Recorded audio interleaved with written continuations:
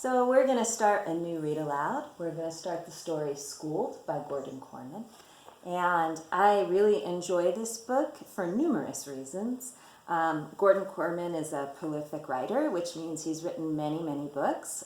So as I read aloud to you, you could, of course, get a copy of Schooled and follow along. It's free reading practice because you can just watch how I read the words and you can catch my mistakes when I make them.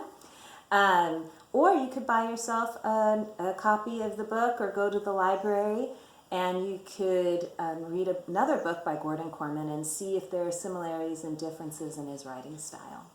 So if you're in my class this year, we're going to use this book for our Readers and Writers workshop. I'm going to read about a chapter to 2 chapters at a time. And for the first chapter, some things that we're going to visit potentially, and we may move it into the second chapter. I never know what I'm going to do. We're going to be looking at leads and hooks for writing. We're going to talk about setting, both as a reader and a writer, because when we read closely, we learn a lot about good writing style and good writing habits. We're going to look at our characters.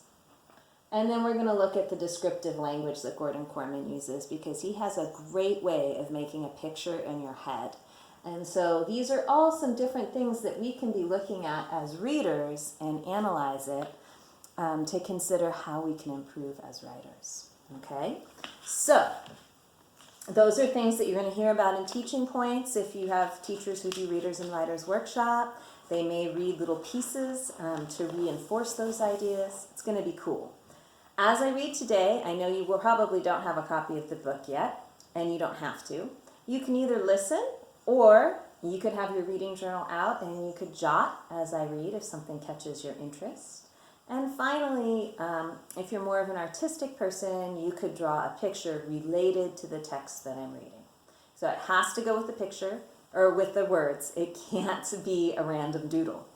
So if we're clear on the groundwork, you're going to want to pay attention again to the lead or hook in the story, our setting, our character, and our descriptive language, because I'm going to revisit that at a later time. Chapter 1, Name, Capricorn Anderson. I was 13 the first time I saw a police officer up close. He was arresting me for driving without a license. At the time, I didn't even know what a license was. I wasn't too clear on what being arrested meant either. Talk about a good hook. But by then, they were loading Rain onto a stretcher to rush her in for x-rays. So I barely noticed the handcuffs the officer slapped on my wrists. Who's the owner of this pickup? It belongs to the community, I told him. He made a note on a ring-bound pad. What community? Golf club, condo deal? Garland Farm. He frowned. Never heard of that one. Rain would have been pleased. That was the whole point of the community, to allow us to escape the money-hungry rat race of modern society. If people didn't know us, they couldn't find us, and we could live our lives in peace. It's an alternative farm commune, I explained. The officer goggled at me. Alternative? You mean like hippies? Rain used to be one back in the 60s. There were 14 families at Garland then. Now it's just Rain and me. I tried to edge my way toward the nursing station. I have to make sure she's okay. He was unmoved. Who is this Rain? According to her social security card, the patient's name is Rachel Esther Rosenblatt. Her name is Rain, and she's my grandmother, I said stiffly. She fell out of a tree. He stared at his notes. What was a 67-year-old woman doing up a tree? Picking plums, I replied defensively. She slipped. So you drove her here at 13? I drive all the time, I informed him. Rain taught me when I was 8. Sweat appeared on his upper lip. And you never thought of just dialing 911?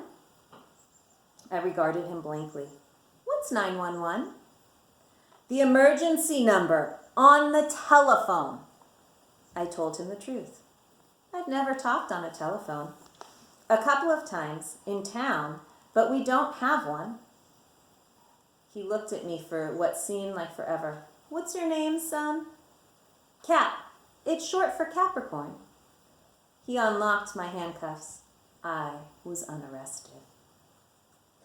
I love this opening. It gives you a picture of this child, Capricorn Anderson, and his whole family, and the fact that he drove at 13 and the police officers completely confounded by his behavior. And you get a sense of this setting of this farm out in the middle of nowhere. And again, you're getting to see a little essence of this character. I hope you're already amused.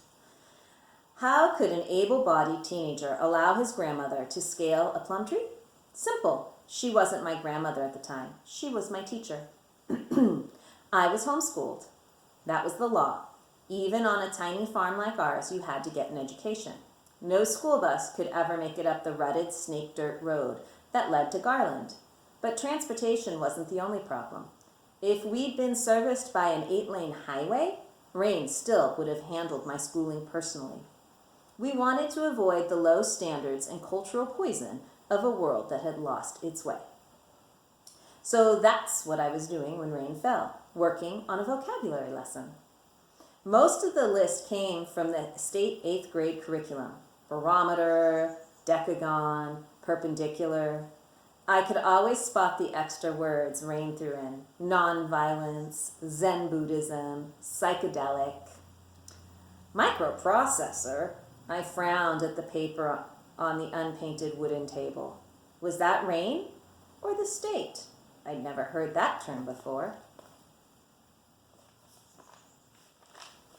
I stepped out of the house, careful not to disturb my science project, the Foucault pendulum, suspended from the porch roof. The tester from the education department thought it was good enough to enter in the county science fair. Too bad we didn't believe in competition. All that emphasis on trophies and medals, the shiny symbol of an empty soul. Anyway, Rain said the whole thing was a trick to get me to go to regular school. If your project is excellent, it only proves that you're getting a superior education right here with me, had been her reasoning. I spotted her up in the tree, reaching across a limb to pick a plum. Rain, I called. There's a word I don't And it happened. 1 minute she was on the branch, the next she was on the ground. I don't even recall seeing her fall, just the faint cry followed by the dull clunk. Ah! Whoomp! Rain! She was lying on her side amid the scattered plums when I pounded onto the scene. Her face was very pale. She wasn't moving. My terror was total. Rain was everything to me. My teacher, my family, my whole universe. Garland was a community, but we were the community. The two of us. I knelt beside her. Rain, are you okay? Please be okay. Her eyes fluttered open and focused on me. She tried to smile, but the pain contorted her expression into a grimace. Yeah, she began faintly. I leapt back to my feet. I'll get Dr. Cafferty. Doc Cafferty lived a few miles away. He was technically a veterinarian, but he was used to working on humans since he had 6 kids. He'd given me stitches once when I was 8. She reached up a tremulous hand and gripped my arm. We need a real doctor this time, a people doctor. I stared at her like she was speaking a foreign language. Dr. Cafferty had filled all of Garland's medical needs as long as I could remember. She spelled it out. You're going to have to take me to the hospital. Rain always said that anger upsets the balance inside a person. So when you yell at somebody, you're attacking yourself more than whoever it is you're yelling at. Falling out of the tree must have made her forget this, because when the nurses finally let me in to see her, she was screaming at the doctor at top volume. I can't do 8 weeks of rehab. I can't do 8 days. You've got no choice, the doctor said matter-of-factly. You have a broken hip. It has to be pinned. After that, you'll need extensive physical therapy. It's a long process, and you can't ignore it just because it doesn't fit with your plans. You're not listening, Rain shrilled. I'm the caregiver to my grandson, the only caregiver. What about the parents? The doctor asked. Where are they? She shook her head. Long dead. Malaria. They were with the Peace Corps in Nambia. They gave their lives for what they believed in. That sounded worse than it is, but I never knew my parents except from old pictures. They left when I was little. Besides, the rule at Garland back then was that we all belonged to each other, and it didn't matter who was related by blood.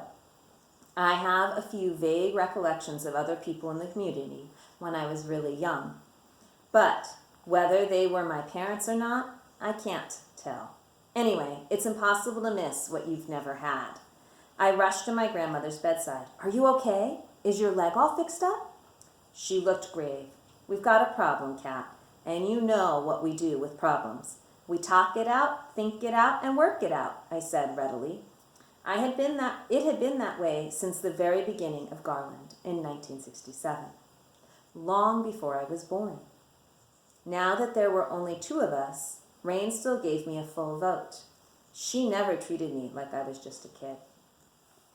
The doctor was growing impatient. How about cousins? Or maybe a close friend from school? I'm homeschool, I supplied. The doctor sighed. Mrs. Rosenblatt.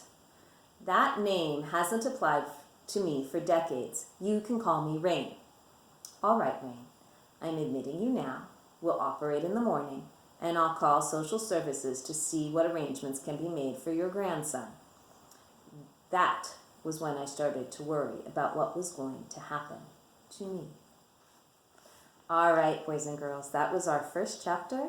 And like I said, I want you to just take a moment and think about your lead or hook, what you noticed about the setting of this story, the character, Capricorn Anderson, and hey, Rain while you're at it, and the descriptive language. We'll follow up in my class, if you're in my class. Otherwise, enjoy the story, and I'll catch you for the next chapter. Bye.